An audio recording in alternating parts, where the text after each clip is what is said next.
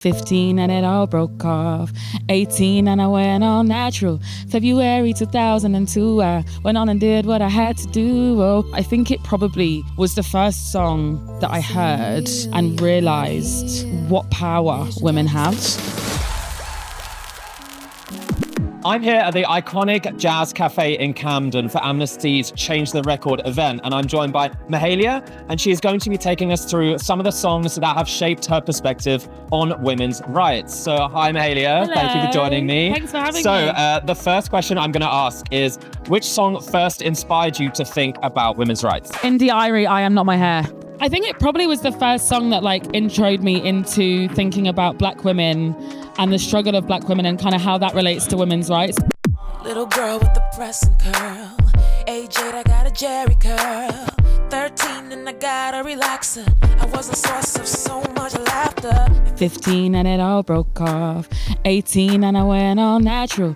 February 2002, I went on and did what I had to do. Oh, because it was time to change my life. To become the woman that I am inside. 97 dreadlocks all gone. I looked in the mirror for the first time and saw that. Hey, I am not my hair. Yeah, God, that's so funny because at that age, I was probably just learning the lyrics and being like, I had no idea what a Jerry curl was. Not thinking about what it actually means. No. Or I knew what a relaxer was because I remember begging my mum to get my hair relaxed because all the other girls in school had straight hair.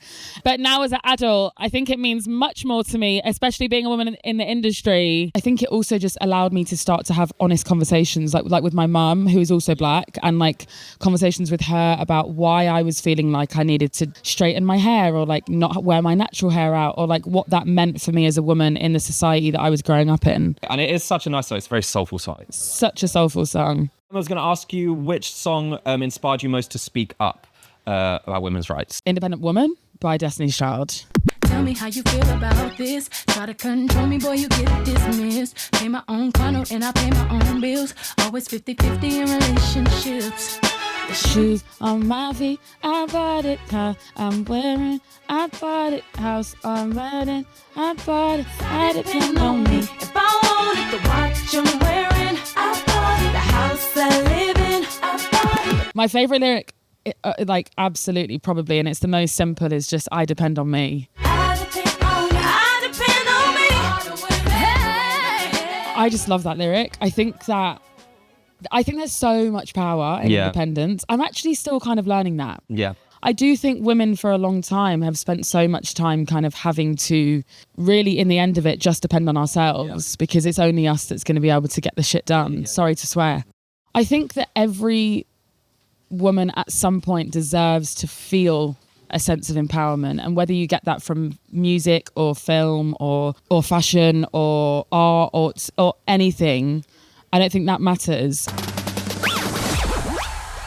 Okay, so final question. Thank you so much for answering. They've been so interesting. But what would your message to anyone, particularly younger women and non-binary people who are struggling with misogyny online? Do you know what? I knew you were going to ask me that. I think it's incredibly important, and I've found this by doing it myself, that you build a community of people around you who almost act as a wall so that when that stuff comes, because the thing is, we can do things like this and we can talk about it and raise awareness on it and it will probably still happen, which is kind of the sad reality of living in this age.